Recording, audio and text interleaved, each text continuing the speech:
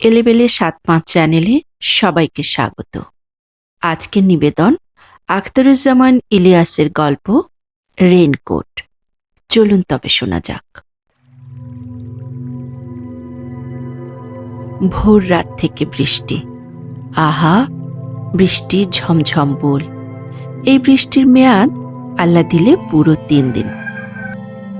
কারণ শনিতে ৭, মঙ্গলে ৩, আর সব দিন দিন। এটা জেনারেল স্টেটমেন্ট।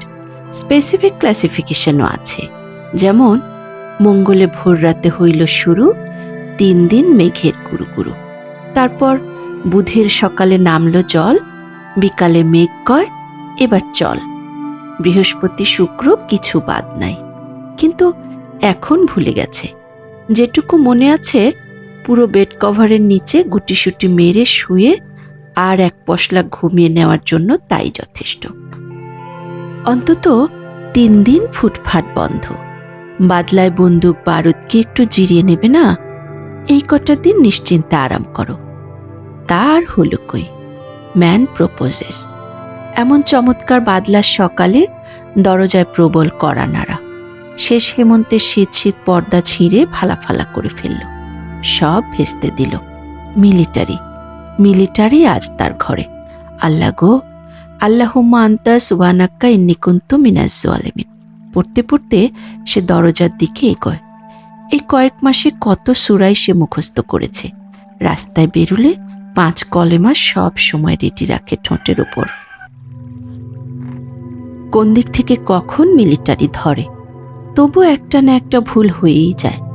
দোয়া মনে হলো ঠিকই, কিন্তু টুপিটা মাথায় দিতে ভুলে গেল। দুটো ছিটকে নিয়ে একটা খিল এবং কাঠের ডাসা খুলে দরজার কপাট ফাঁক করতেই বাতাস আর বৃষ্টির ঝাপটার সঙ্গে ঘরে ঢোকে প্রিন্সিপালের পিয়ন। আলহামদুলিল্লাহ, মিলিটারি নয়। পিয়নকে জড়িয়ে ধরে চুমু খেতে ইচ্ছা করছে, কিন্তু লোকটার চিনচিনে গলা গম্ভীর স্বরে হাঁকে। স্যার নে সালাম দিয়া বলেই ভাঙাচোরা গালের খোঁচা খোঁচা দাড়িতে লোকটা নিজের বাক্যের কোমল শ্বাসটুকু শুষে নেয় এবং হুকুম ছাড়ে, তলব কিয়া আভি জানে হোগা। কি ব্যাপার? বেশি কথা বলার টাইম নাই। কলেজের দেয়াল ঘেঁষে কারা বোমা ফাটিয়ে গেছে গত রাতে। মানে मिस्किरियन लोग इलेक्ट्रिक ट्रांसफार्मर तोड़ दिया और वापस जाने का टाइम प्रिंसिपल साहब का कोठी में ग्रेनेड फेंका, गेट तोड़ गया। ভয়াবহ কাণ্ড। ইলেকট্রিক ট্রান্সফরমার তো কলেজের সামনের দেয়াল ঘেঁষে, দেয়ালের পর বাগান, টেনিস লন, তারপর কলেজ দালান। মস্ত দালান পার হয়ে ফুটবল ও ক্রিকেট খেলার মাঠ পেরিয়ে একটু বাঁ দিকে প্রিন্সিপালের কোয়ার্টার, এর সঙ্গে মিলিটারি ক্যাম্প। কলেজের জিমনেশিয়াম এখন মিলিটারি ক্যাম্প। প্রিন্সিপালের বাড়ির গেটে বোমা ফেলা মানে মিলিটারি ক্যাম্পে অ্যাটাক করা। সামনের দেয়ালে বোমা মেরে এতটা পথ ক্রস করে গেল কি করে? সে জানতে চায় ক্যাসে। প্রিন্সিপালের পিয়ন জানবে কি করে? ও আফি কহ সাকতা। মানে সেই বা বলবে কি করে? পিয়ন কি তাকে মিসক্রিয়ানদের লোক ভাবে নাকি? তার মাথাটা আপনা আপনি নিচু হলে মুখ দিয়ে পানির মতো গড়িয়ে পড়ে। ইসাক মিয়া বৈঠিয়ে চাটা খাইয়ে, আমার এই ৫-৭ মিনিট লাগেগা। নেহি, নাস্তার আমন্ত্রণ ফিরিয়ে দিয়ে ইসাক বলে, আব্দুস সত্তার মির্ধা को घर जाने होगा, आप अभी आइए। एक कर्नल साहब पहुंच गया, सब प्रोफेसर को इंतला दिया, फौरन आइए। কর্নেলের নেতৃত্বে মিলিটারির হাতে কলেজটা এবং আমাকেও ন্যস্ত করে ইসাক বেরিয়ে যায়। রাস্তায় হরহর করতে থাকা বেবি ট্যাক্সির গর্জন তুলে সে রওনা হলো জিওগ্রাফির প্রফেসরের বাড়ির দিকে। ইসাক নিজেই এখন মিলিটারির কর্নেল বললেও চলে, তবে ভোরবেলা কলেজের ভেতরে কর্নেল খোঁজ চলে আসায় সে হয়তো ডেমোটেড হয়েছে লেফটেন্যান্ট কর্নেলে, আরও নিচেও নামতে পারে। কিন্তু ক্যাপ্টেনের এদিকে তাকে ঠেলা মুশকিল। মিলিটারি প্রাদুর্ভাবের পর থেকে তাকে দেখে কলেজের সবাই তটস্থ। এপ্রিলের শুরু থেকে সে বাংলা বলা ছেড়েছে। কোনকালে দাদা না পরদাদার ভাইরার মামু না কে যেন দিল্লিওয়ালা কোন সাহেবের খাস খানসামা ছিল, সেই সুবাদে দিনরাত এখন উর্দু বলে। যেতেই হবে। অসময়ের বৃষ্টিতে ভিজে তোমার হাঁপানির টানটা আবার বউয়ের সব সোয়াগের কথা শুনলে কি তার চলবে? বউ কি প্রিন্সিপালের ধমকের ভাগ নেবে? এর উপর কলেজে কর্নেল এসেছে। কপালে আজ কি আছে আল্লাহই জানে। ফায়ারিং স্কোয়াডে যদি দাঁড় করিয়েই দেয় তো কর্নেল সাহেবের হাতে পায়ে ধরে ঠিক কপালে গুলি করার হুকুম জারি করানো যায় না? প্রিন্সিপাল কি তার জন্য কর্নেলের কাছে এই তদবিরটুকু করবে না? পাকিস্তানের জন্য প্রিন্সিপাল দিনরাত দোয়া দুরুদ পড়ছে, সময় নাই অসময় নাই আল্লাহর দরবারে কান্নাকাটি করছে এবং সময় করে কলিগদের গালাগালিও করে। এপ্রিল মাসের মাঝামাঝি প্রিন্সিপাল মিলিটারির বড় কর্তাদের কাছে সবিনয় নিবেদন করেছিল, পাকিস্তান যদি বাঁচাতে হয় তো সব স্কুল কলেজ থেকে শহীদ মিনার হটাও। এগুলো হলো পাকিস্তানের শরীরের কাঁটা। পাকিস্তানের পাকসাফ শরীরটাকে নীরব করতে হলে এসব কাঁটা ওপরাতে হবে। তা মিলিটারি ডক্টর আফাজ আহমেদের পরামর্শ শুনেছে। গ্রামেগঞ্জে যেখানেই গেছে প্রথমেই কামান তাক করেছে শহীদ মিনারের দিকে। দেশে একটা কলেজে শহীদ মিনার আর অক্ষত নাই। তা প্রিন্সিপাল তাদের এত বড় একটা পরামর্শ দিল, আর সামান্য এক লেকচারারকে গুলি করার সময় শরীরের আলতু ফালতু জায়গা বাদ দিয়ে কপালটা টার্গেট করার অনুরোধটা তার মানবে না? আবার প্রিন্সিপালকে সে এত সার্ভিস দিচ্ছে, তার কলিগের তবা সাবঅর্ডিনেটের জন্য এতটুকু করবে না? প্যান্টের ভিতর পা গলিয়ে দিতে দিতে সে শোনে রান্নাঘর থেকে বউ বলছে, তাড়াতাড়ি চলে এসো, বৃষ্টি শুরু হওয়ার আগে মিরপুর ব্রিজের দিক থেকে গুলির আওয়াজ আসছিল। কখন কি হয় এসব কথা এখন বলার দরকারটা কি? রেডিও টেলিভিশনে হরদম বলছে সিচুয়েশন নর্মাল, পরিস্থিতি স্বাভাবিক, দুশ্মনকে সম্পূর্ণ কবজা করা গেছে, মিসক্রিয়েন্টরা সব খতম, প্রেসিডেন্ট দেশে গণতন্ত্র ফিরিয়ে দিতে বদ্ধপরিকর। কিছুদিন বাদে বাদে তার ভাষণ শোনা যায়, our ultimate aim remains the same, that is to hand over power to the elected representatives of the people. সবই তো নর্মাল হয়ে আসছে। Bangali, I mean east Pakistani governor, মন্ত্রীরা ইস্ট পাকিস্তানি, সবই তো স্বাভাবিক। এখন বউ তার এসব বাজে কথা বলে কেন? ইস, আসমাকে নিয়ে আর পারা যায় না। এই বৃষ্টিতে শুধু ছাতায় কুলাবে না গো। বউয়ের আরেক দফা সোয়াগ শোনা গেল, তুমি বরং মিন্টুর রেইনকোটটা নিয়ে যাও। ইস, আবার মিন্টু। বউয়ের এই ভাইটার জন্যই তাকে এক্সট্রা তটস্থ হয়ে থাকতে হয় বাড়ি থেকে। হ্যাঁ, তার মগবাজারের 2 কামরার ফ্ল্যাট থেকেই তো মিন্টু চলে গেল জুন মাসে, জুনের 23 তারিখ। জুলাইয়ের 1 তারিখে সে বাড়ি শিফট করলো। বলা যায় না, ওখানে যদি কেউ কিছু আঁচ করে থাকে। ও চলে যাবার 3 দিন পরেই পাশের ফ্ল্যাটের গোলগাল মুখের মহিলা তার বউকে জিজ্ঞেস করেছিল, ভাবি আপনার ভাইকে দেখছি না? ব্যাস, এই শুনেই সে বাড়ি বদলাবার জন্য লেগে গেল হন্যে হয়ে। মিলিটারি লাগার পর থেকে এই নিয়ে 4 বার বাড়ি পাল্টাতে হলো। এখানে আসার পর নিচের তলার ভদ্রলোক একদিন বলছিল, আমার ভাইটাকে আর ঢাকায় রাখলাম না, যে গোলমাল, বাড়ি পাঠিয়ে দিলাম। শুনে বুকটা তার ঢিপ ঢিপ করছিল। এবার যদি তার শালার প্রসঙ্গ তোলে, নিরাপত্তার জন্যই সে এখানে এসেছে। কলেজ থেকে দূরে, আত্মীয় স্বজন থেকে দূরে, শহর থেকেও দূরেই বলা যায়। ভেবেছিল নতুন এলাকা, পূব দিকে জানালা ধরে দাঁড়ালে চোখে পড়ে বিল আর ধানক্ষেত। তা কি বিপদ, এদিকে নাকি নৌকা করে চলে আসে স্টেনগানওয়ালা ছোকরার দল। এদিককার মানুষ চোখে খালি নৌকা দেখে, নৌকা ভরা অস্ত্র। এর উপর বউ যদি মিন্টুর কথা তোলে তো অস্ত্র ঢুকে পড়ে তার ঘরের মধ্যেখানে। মিন্টু যে কোথায় গেছে তা সেও জানে, তার বউও জানে। কিসিঞ্জার সাহেব বলেছে, এসব হলো পাকিস্তানের ইন্টারনাল অ্যাফেয়ার। মানুষ মেরে সাফ করে দেয়, বাড়িঘর গ্রাম বাজারহাট জ্বালিয়ে দিচ্ছে, কারো কোনো মাথা ব্যথা নাই। এসব হলো ইন্টারনাল অ্যাফেয়ার। না, এ ধরনের ভাবনা ধারে কাছে ঘেঁষতে দেওয়াও ঠিক নয়। নিচের ফ্ল্যাটে থাকে ওয়েল্ডিং ওয়ার্কশপের মালিক, তার শ্বশুর নিশ্চয়ই সর্দার গোছের রাজাকার। সপ্তাহে 2 দিন 3 দিন মেয়ের বাড়িতে রেফ্রিজারেটর, টেপ রেকর্ডার, দামি দামি সোফা সেট, ফ্যান, খাট পালং সব চালান পাঠায়। দেখি তো ফিট করে কিনা। আসমা এগিয়ে এসে তার গায়ে রেইনকোট চড়িয়ে দিতে দিতে বলে, মিন্টু তো আবার অনেক লম্বা, তোমার গায়ে হবে তো? দেখো, ফের মিন্টুর দৈর্ঘ্যের সঙ্গে তুলনা করে তার সঙ্গে। এই ভাইকে নিয়ে এরকম বাড়াবাড়ি করাটা কি আসমা ঠিক হচ্ছে? ভালোই হলো, তোমার গোড়ালি পর্যন্ত ঢাকা পড়েছে, পায়েও বৃষ্টি লাগবে না। এখানেই আসমার শেষ নয়। রেনকোটের সঙ্গেকার টুপি এনে চড়িয়ে দেয় তার মাথায়। আব্বু ছোট মামা হয়েছে, আব্বু ছোট মামা হয়েছে। 2.5 বছরের মেয়ের সদ্য ঘুম ভাঙা গলায় ভাঙা ভাঙা বুলি শুনে সে চমকে ওঠে। মিন্টুকে ঢুকে পড়ল অস্ত্রশস্ত্র হাতে। এর মানে পিছু পিছু ঢুকছে মিলিটারি। তার মানে না, দরজার ছিটকিনিও খিল সব বন্ধ। তাকে কি মিন্টুর মতো দেখাচ্ছে? মিলিটারি আবার ভুল করে বসবে না তো? এর মধ্যে তার 5 বছরের ছেলেটা গম্ভীর চোখে তাকে পর্যবেক্ষণ করে রায় দেয়, আব্বুকে ছোট মামার মতো দেখাচ্ছে। আব্বু তাহলে মুক্তিবাহিনী, তাই না? এ তো ভাবনার কথা। ড্রেসিং টেবিলের সামনে দাঁড়িয়ে নিজের নতুন রূপে সে ভ্যাবাচাকা খায়। না, খামাখা ভয় পাচ্ছে। বৃষ্টির দিনে রেনকোট গায়ে দেওয়াটা অপরাধ হবে কেন? মিলিটারি কি আর বিবেচনাবোধ নাই? প্রিন্সিপাল ডক্টর আফাজ আহমেদ ঠিকই বলে, শোনেন, মিলিটারি যাদের ধরে মিছিমিছি ধরে না। সাবভার্সিভ অ্যাক্টিভিটিজের সঙ্গে তারা সামহাউ অর আদার ইনভলভ। তা সে তো বাপু এসব থেকে শত হাত দূরে। শালা তার বর্ডার ক্রস করলো, ফিরে এসে দেশের ভেতরে দমাদম মিলিটারি মারে। তাতে আর দুলাভাইয়ের দোষটা কোথায়?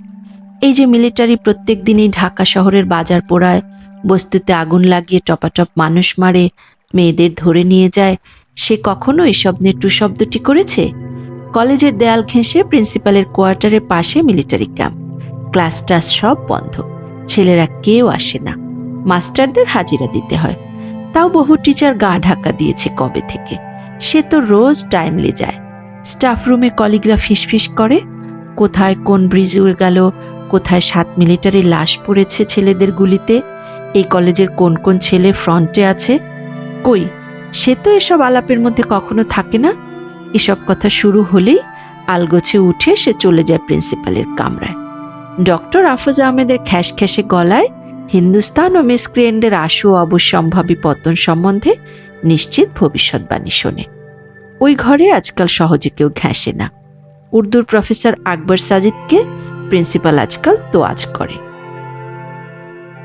মিন্টুর ফেলে যাওয়া নাকি রেখে যাওয়া রেনকোটে ঢোকার পর থেকে তার পা শিরশির করছে, আর এক মুহূর্ত দাঁড়িয়ে থাকা যাচ্ছে না। প্রিন্সিপাল তাকে ডেকে পাঠিয়েছে সেই কখন। রাস্তায় একটা রিক্সা নাই, তার রিক্সার পরোয়াও সে এখন করছে না। রেনকোটের ভেতরে হাঁটতে হাঁটতে বাস স্ট্যান্ড যেতে তার কোনো অসুবিধে হবে না। রেনকোটের উপর বৃষ্টি পড়ছে অবিরাম, কি মজা, তার গায়ে লাগে না একটিও ফোঁটা। টুপির বারান্দা বেয়ে পানি গড়িয়ে পড়লে কয়েক ফোঁটা সে চেটে দেখে, ঠিক পান সে স্বাদ নয়। টুপির তেজ কি পানিতেও লাগলো নাকি? তাকে কি মিলিটারির মতো দেখাচ্ছে? পাঞ্জাব আর্টিলারি, না বালুচ রেজিমেন্ট, না কমান্ডো ফোর্স, নাকি প্যারামিলিটারি, না মিলিটারি পুলিশ? ওদের তো এক এক গোষ্ঠীর এক এক নাম, এক এক সুরত। তার রেনকোটে তাকে কি নতুন কোনো বাহিনীর লোক বলে মনে হচ্ছে? হোক, সে বেশ হনহন করে হাঁটে। সে সেমন্তের বৃষ্টিতে বেশ শীত শীত ভাব, কিন্তু রেনকোটের ভেতরে কি সুন্দর ওম। মিন্টুটাই রেনকোট রেখে গিয়ে কি ভালোই না করেছে। বাস স্ট্যান্ডে পৌঁছে বাসের জন্য তাকে তাকাতে হয় উত্তরেই। মিলিটারি লরির ল্যাজটাও দেখা যাচ্ছে না, আবার তার বাসেরও তো নামগন্ধ নেই। বাস স্ট্যান্ডে জনপ্রাণী বলতে সে একেবারে একলা। রাস্তার পাশে পানবিড়ি সিগারেটের ছোট দোকানটার ঝাঁপ একটুখানি তুলে দোকানদারও তাকিয়ে রয়েছে উত্তরেই। ওদিকে কি কোনো গোলমাল হলো নাকি? দোকানদার ছেলেটা একটু বাচাল টাইপের। বাস স্ট্যান্ডে তাকে দেখলেই ছোঁড়াটা বিড়বিড় করে, কাল শোনেন নাই মিরপুরের বিল দিয়া 2 নৌকা বোঝাই করে আইছিল, একটা জিপ উড়াইয়া দিছে, কমপক্ষে 5টা খানসেনা খতম। বিবিসি কইছে রংপুর দিনাজপুরের হাফের বেশি জায়গা স্বাধীন। এর মধ্যেই ছিপছিপে বৃষ্টিতে লাল আভা তুলে এসে পড়ল লাল রঙের স্টেট বাস। বাসে যাত্রী কম, না না, কন্ডাক্টররা সবসময় যেমন খালি গাড়ি বলে চেঁচায় সেরকম নয়, সত্যি সত্যি অর্ধেকের বেশি সিট খালি। সে বাসে উঠলে তার রেইনকোটের পানি পড়তে লাগলো বাসের ভিজে মাটিতে। এজন্যে তার একটু খারাপ কথা, অন্তত টিটকেরি শোনার কথা, কিন্তু তাকে কেউ কিছু বলে না। ঠোঁটে তার একটু হাসি বিছানো থাকে। এই নীরব কিন্তু স্পষ্ট হাসির কারণ কি এই যে তার রেইনকোটের পানিতে বাসে ছয়লাভ হয়ে গেলেও কেউ টু শব্দটি করছে না? তার পোশাক কি সবাইকে ঘাবড়ে দিল নাকি? খালি রাস্তা পেয়ে বাস চলে খুব জোরে। কিন্তু তার আসনটি সে নির্বাচন করতে পারছে না। টলতে টলতে একবার এক সিট দেখে, পছন্দ হয় না বলে ফের ওই সিটের দিকে যায়। এমন সময় পেছনের দিক থেকে দুজন যাত্রী উঠে পড়ে তাড়াহুড়া করে। রাখো রাখো বলতে বলতে ঝুঁকি নিয়ে তারা নেমে পড়ে চলন্ত বাস থেকে। সে তাদের দিকে তাকায় এবং বুঝতে পারে এরা পালালো ঠিক তাকে দেখেই। লোক দুটো নিশ্চয়ই ক্রিমিনাল, একটা চোর আর একটা পকেটমার, কিংবা দুটোই চোর অথবা দুটোই পকেটমার। নামবার মুহূর্তে দুটোর মধ্যে সর্দার টাইপেরটা তার দিকে পেছন ফিরে তাকালো। সেই চোখ ভরা ভয়, কেবল ভয়। জুৎসই সিট বেছে নিয়ে সে ধপাস করে বসতেই ফোমে ফস করে আওয়াজ হয় এবং তাইতে ঘাড় ফিরিয়ে তাকায় সামনের সিটে বসা তিনজন যাত্রী। এদেরও সে ঠিক চোর অথবা পকেটমার বলে ঠিক শনাক্ত করে ফেলে। ডাকাতও হতে পারে, কিংবা মিলিটারি কোনো বস্তিতে আগুন লাগিয়ে চলে এলে এরা ছোটে সেখানে লুটপাট করতে, অথবা মিলিটারি কোথাও লুটপাট করলে এর আগে উচ্ছিষ্ট কুড়ায়। তিনটেই পরে স্টপেজে নামার জন্য অনেক আগেই ধরফর করে উঠে দাঁড়ায় এবং বাস থামার সঙ্গে সঙ্গে নেমে পড়ে ঝটপট করে। তিনটে ক্রিমিনালের একটাও তার দিকে আর ফিরেও তাকায় না। তার মানে তাকে বেশ ভয় পেয়েছে বলেই তার সঙ্গে চোখাচোখি এড়াতে এদের এত কসরত। যাক, মিন্টুর রেনকোটে তার কাজ হচ্ছে। চোর ছাঁচোর পকেটমার সব কেটে পড়ছে। ভালো মানুষেরা থাক, সে বেশ সৎসঙ্গে চলে যাবে একেবারে কলেজ পর্যন্ত। আসাদগেট বাস স্টপেজে ঝিরঝিরে বৃষ্টিতে দাঁড়িয়ে অপেক্ষা করছিল বেশ কয়েকজন মানুষ। ছাতা হাতে, কেউ কেউ নিজ নিজ ছাতার নিচে, এবং ছাতা ছাড়া অনেকেই অন্যের ছাতার নিচে মাথার অন্তত খানিকটা পেতে দিয়ে বৃষ্টির ছাঁট থেকে আত্মরক্ষা করতে শরীরগুলোকে আঁকাবাঁকা করছিল। বাস থামালে সে দেখল একে একে 9 জন প্যাসেঞ্জার বাসে উঠল। সে বেশ খুঁটিয়ে খুঁটিয়ে সবাইকে দেখে, তো তার দিকে তাকিয়ে 9 জনের 3 জন আরে রাখো রাখো এবং একজন রোখো রোখো বলতে বলতে নেমে পড়ল ধরফর করে। শেষের জন বোধ হয় এমনি অর্ডিনারি চোর, ছিঁচকে চোর হওয়ার সম্ভাবনাই বেশি। আর প্রথম 3টে কোথাও সুন্দরী মেয়ে মানুষ দেখলে মিলিটারিকে খবর দেয়, কিংবা মিলিটারির কাছ থেকে বন্দুক নিয়ে পাকিস্তান জিন্দাবাদ পাকিস্তান জিন্দাবাদ স্লোগান দিয়ে মহল্লায় মহল্লায় ঘোরে, আর সুন্দরী মেয়েদের ধরে এনে পৌঁছে দেয় মিলিটারি ক্যাম্পে। এগুলো হলো রাজাকার। ফের নতুন করে অপরাধী মুক্ত বাসে যেতে এখন ভালো লাগছে। জানালার বাইরে বৃষ্টির আঁশ উঠছে। ঠান্ডা হাওয়ায় গাছপালা, লোকজন, দোকানপাট ও বাড়িঘরের ওপর ট্রান্সপারেন্ট আবরণ দেখে তার এক্সট্রা ভালো লাগে। সমস্ত ভালো লাগাটা চির খায় বাস হঠাৎ করে ব্রেক কষলে। তখন তাকে তাকাতে হয় বায়ে। চোখ পড়ে নির্ণীয়মান মসজিদের ছাদের দিকে। দরজা থেকে ঠান্ডা হাওয়া এসে লাগে তার মুখে এবং নাকের ভেতর দিয়ে সেই হাওয়া ঢুকে পড়ে বুকে। সেখানে ধাক্কা লাগে। ক্র্যাকডাউনের রাত কেটে ভোর হলে মিলিটারির গুলিতে এই মসজিদের ছাদ থেকে পড়ে গিয়েছিল মুয়াজ্জিন সাহেব। ঠান্ডা হাওয়ার ধাক্কা রেনকোটের তাপে এতটাই গরম হয়ে ওঠে যে মনে হয় ভিতরে বুঝি আগুন ধরে গেল। মসজিদের উল্টো দিকের বাড়িতে 3 তলায় থাকত তখন তারা।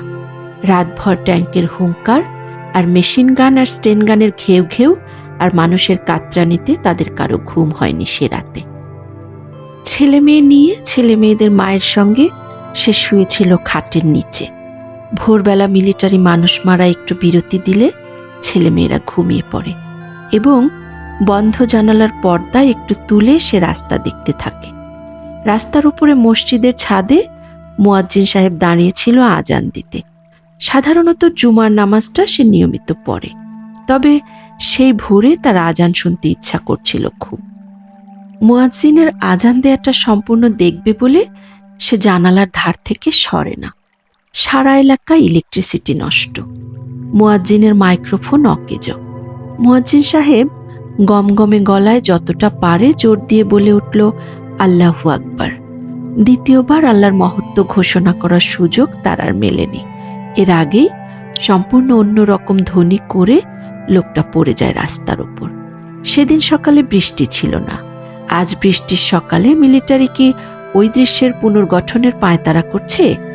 এখন তো কোনো নামাজের ওয়াক্ত নেই, তবে আজান দেয়াবে কি করে? এরা বোধহয় যে কোনো সময়কে নামাজের ওয়াক্ত ঘোষণা করে নতুন হুকুম জারি করেছে। মিলিটারি এখন যাবতীয় গাড়ি থামাচ্ছে, গাড়ির প্যাসেঞ্জারদের নামিয়ে দাঁড় করিয়ে দেয় রাস্তার ধারে। আরেক দল মিলিটারি স্টেনগান তাক করিয়ে রেখেছে এই মানুষের শাড়ির উপর। অন্য একটি দল ফের ওই সব লোকের জামা কাপড় ও শরীরের গোপন জায়গাগুলো তল্লাশি করে। মিলিটারি যাদের পছন্দ করছে তাদের ঠেলে দিচ্ছে পেছনে দাঁড়ানো একটা লরির দিকে। তাদের বাসটিতে এসে উঠল লম্বা ও খুব ফর্সা এক মিলিটারি। এখন বাসের ভিতর কোনো আওয়াজ নাই। যাত্রীদের বুকের টিপ টিপ শব্দ এই নীরবতার সুযোগে বাড়ে এবং এটাই তার মাথায় বাজে দ্রাম দ্রাম করে। বারান্দাওয়ালা টুপির নিচে শব্দের ঘষায় ঘষায় আগুন জ্বলে এবং তার হলকা বেরোয় তার চোখ দিয়ে। তবে এটুকু নড়ে বসলে মাথার ও বুকের ধ্বনি নিয়ন্ত্রণে আসে এবং এসবকে পরোয়া না করে সে সরাসরি তাকালো মিলিটারির মুখের দিকে। মিলিটারির চোখ ছুঁচালো হয়ে আসে এবং ছুঁচালো চোখের মনি কাঁটার মতো বিঁধে যায় তার মুখে। সেও তার চোখের ভোঁতা কিন্তু গরম চাউনিটাকে স্থির করে আলগোছে বিছিয়ে দেয় মিলিটারির খাড়া নাকে, ছুঁচালো চোখে, গোফের নিচে ও নাক ও গোফ ও চোখের আশপাশের ও নিচের লালচে চামড়ায়। এতে কাজ হলো, মিলিটারির চোখা চোখ সরে যায় তার মুখ থেকে, নেমে পড়ে তার রেনকোটের উপর। মনে হয় রেনকোটের পানির ফোঁটাগুলো লোকটা গুনে গুনে দেখছে। ভেতরের তাপে এসব পানির ফোঁটা দেখে মিলিটারির এত থ মেরে যাবার কি হলো? লোকটা কি এগুলোতে রক্তের চিহ্ন দেখে? রেনকোটের বৃষ্টির ফোঁটা গোনাগুনতি সেরে মিলিটারি হঠাৎ বলে, আগে বাড়ো। বাস হঠাৎ স্টার্ট দিয়ে কয়েক পা লাফিয়ে আগে বাড়ে এবং যাত্রীদের স্বস্তির নিঃশ্বাসের ধাক্কায় অতিরিক্ত বেগে ছুটে পার হয়ে যায় ঢাকা কলেজের গেট। নিউ মার্কেটের সামনে এসে পড়লে সে উঠে দাঁড়ায় এবং হুকুম করে, রাখেন, নামবো। বাস একটু স্লো হলে তার রেনকোটের জমানো পানি গড়িয়ে পড়তে দিয়ে অপরাধীমুক্ত বাস থেকে নামতে নামতে সহযাত্রীদের দিকে তাকিয়ে সে ঠোঁট বাঁকায়। এতে তার সামনের সারির দাঁতও বেরিয়ে পড়ে। যারা দেখেছে তারা তার সেই ভঙ্গিটিকে ঠিক হাসি বলে শনাক্ত করতে পেরেছিল বলে তার ধারণা হয়। প্রিন্সিপালের কামরায় প্রিন্সিপালের সিংহাসন মার্কা চেয়ারে বসে রয়েছে জাদ্রেল টাইপের এক মিলিটারি পান্ডা। তার ভারিক্কি মুখ থেকে অনুমান করা যায় পান্ডাটি কর্নেল কিংবা মেজর জেনারেল অথবা মেজর বা ব্রিগেডিয়ার। তাকে দেখে প্রিন্সিপালের কালো মুখ বেগুনি হয়। Doctor Afaz Ahmed MSc, PhD, EPS, ES হওয়ার চেষ্টা করতে করতে স্যার বলে, হি ইজ প্রফেসর হুদা। কিন্তু doctor Afaz Ahmed MSc PhD নিজের ভুল সংশোধন না করে পারে না। Sorry, he is not a professor, A lecturer in chemistry. Shut up. এবার প্রিন্সিপাল থামে। তাকে এবং আব্দুস সাত্তার মৃধাকে নিয়ে মিলিটারি জিপে তোলার আগে জাদ্রেল কর্নেল বা ব্রিগেডিয়ার প্রিন্সিপালকে কড়া গলায় বলে, সেনাবাহিনীকে নিয়ে মজা করে শায়েরি করা খুব বড় অপরাধ। এবার তাকে ছেড়ে দেয়া হলো, তবে কড়া ওয়াচে রাখা হবে। উর্দুর প্রফেসর আকবর সাজিদের দোহাই পেরে প্রিন্সিপালের সুবিধা হয় না। নুরুল উদ্বিগ্ন হয়, সাজিদ সাহেব যদি পালিয়ে না থাকে তো তার কপালে যে কি আছে তা জানে এক আল্লাহ আর জানে এই মিলিটারি। তাদের দুজনের চোখ বেঁধে দেয়া হয়েছিল। জিপ চলছিল এঁকে বেঁকে। মস্ত উঁচু একটা ঘরে তাদের এনে ফেলা হলো। চোখ খুলে দিলে সে আব্দুস সাত্তার মৃধাকে দেখতে পায় না। জায়গাটাও একেবারে অচেনা। একটা ডেক চেয়ারে সে কতক্ষণ বসে থাকলো তার কোনো হিসাব নেই। তার সামনে একটা চেয়ারে এসে বসলো এক মিলিটারি। তাকে ইংরেজিতে নানান প্রশ্ন করে, সে জবাব দেয়। লোকটা চলে গেলে তাকে অন্য ঘরে নিয়ে ফের অন্য একটা লোক এসে তাকে প্রশ্ন করে এবং সে জবাব দেয়। প্রশ্নগুলো প্রায় একই রকম এবং তার উত্তরেরও হেরফের হয় না। যেমন কিছুদিন আগে তাদের কলেজে কয়েকটা লোহার আলমারি কেনা হয়েছে, ওগুলো বয়ে নিয়ে এসেছিল কারা। সে জবাব দেয়, ঠিক, অফিসের জন্য 3টে, বোটানি, হিস্ট্রি, জিওগ্রাফি ডিপার্টমেন্টের জন্য 2টো করে এবং ইংরেজির জন্য 1টা। সর্বমোট 10টি আলমারি কলেজে নিয়ে আসা হয়েছে। এত কথা বলার দরকার নাই তার। ওই আলমারিগুলো নিয়ে আসা হয় কয়েকটা ঠেলাগাড়ি করে। ঠেলাগাড়িওয়ালাদের তো সে ভালো করেই চেনে। নুরুল হুদা জবাব দেয়, তাদের সে চিনবে কোত্থেকে? তারা হলো কুলি, সে একজন লেকচারার। তাহলে সে তাদের সঙ্গে এত কথা বলছিল কেন? প্রিন্সিপালের আদেশে সে আলমারিগুলোর স্টিলের পাতের ঘনত্ব, দেরাজের সংখ্যা ও আকার, তালাচাবির মান, রঙের মান প্রভৃতি পরীক্ষা করে দেখছিল। তার দায়িত্ব ছিল। মিলিটারি শান্ত গলায় তথ্য সরবরাহ করার ভঙ্গিতে বলে, মিসক্রিয়েন্টরা কলেজে ঢুকেছিল কুলির বেশে। এটা তার চেয়ে ভালো আর কে জানে। তারা আজ ধরা পড়ে নুরুল হুদার নাম বলেছে। তাদের সঙ্গে তার যোগাযোগ নিয়মিত। সে গ্যাংয়ের একজন সক্রিয় সদস্য। আমার নাম? সত্যি বলেছে? আমার নাম বলেছে?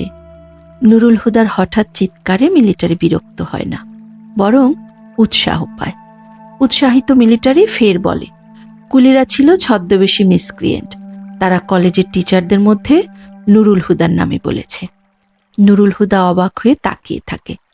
তারা কি তাকে চেনে?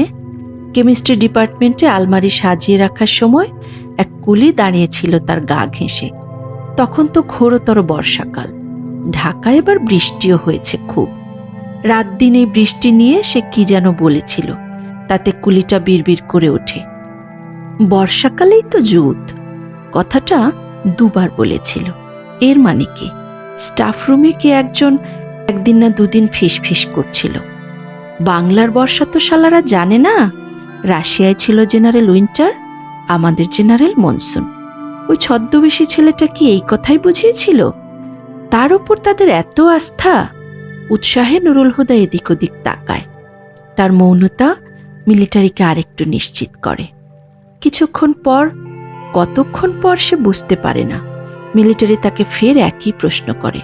জবাব না পেয়ে প্রবল বেগে দুটো ঘুষি লাগায় তার মুখে। প্রথম ঘুষিতে সে কাত হয়, দ্বিতীয় ঘুষিতে পড়ে যায় মেঝেতে। মেঝে থেকে তুলে তাকে মিলিটারি ফের জিজ্ঞেস করে, ওদের আস্তানা কোথায় সে খবর তার তো ভালোভাবেই জানা আছে। সে জবাব দেয়, হ্যাঁ।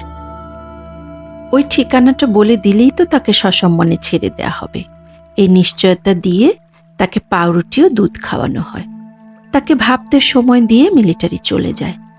কিছুক্ষণ পর, কতক্ষণ সে জানে না, মিলিটারি ফিরে এসে বলে, মিসক্রিয়েন্টদের ঠিকানা তো তার জানা আছে। সে ফের জবাব দেয়, হ্যাঁ। কিন্তু পরের প্রশ্নের জবাব না পেয়ে মিলিটারি তাকে নিয়ে যায় অন্য একটি ঘরে। তার বেঁটে খাটো শরীরটাকে ঝুলিয়ে দেয়া হলো ছাদে লাগানো একটা আংটার সঙ্গে। তার পাছায় চাবুকের বাড়ি পড়ে সপাত সপাত করে। তবে বাড়িগুলো বিরতিহীন পড়তে থাকায় কিছুক্ষণের মধ্যে সেগুলো নুরুল হুদার কাছে মনে হয় স্রেফ উৎপাত বলে। মনে হচ্ছে যেন বৃষ্টি পড়ছে মিন্টুর রেনকোটের উপর। রেনকোটটা এরা খুলে ফেলেছে, কোথায় রাখলো কে জানে। কিন্তু তার ওম তার শরীরে এখনো লেগেই রয়েছে। বৃষ্টির মতো চাবুকের বাড়ি পড়ে তার রেনকোটের মতো চামড়ায়। আর সে অবিরাম বলেই চলে, মিসক্রিয়েন্টদের ঠিকানা তার জানা আছে। শুধু তার শালার নয়, তার ঠিকানা জানার মধ্যে কোনো বাহাদুরি নাই। সে ছদ্মবেশী কুলিদের আস্তানাও চেনে, তারাও তাকে চেনে, এবং তার ওপর তাদের আস্থাও কম নয়।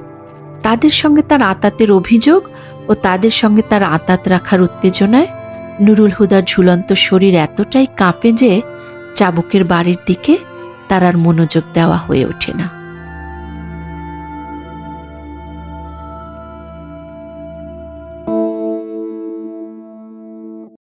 আজ এ পর্যন্তই। কথা হবে আগামী পর্বে। আমাদের পাঠ যদি ভালো লেগে থাকে তবে চ্যানেলটি সাবস্ক্রাইব করুন। ভালো থাকুন, ভালো রাখুন। কল্যাণ হোক সকলের।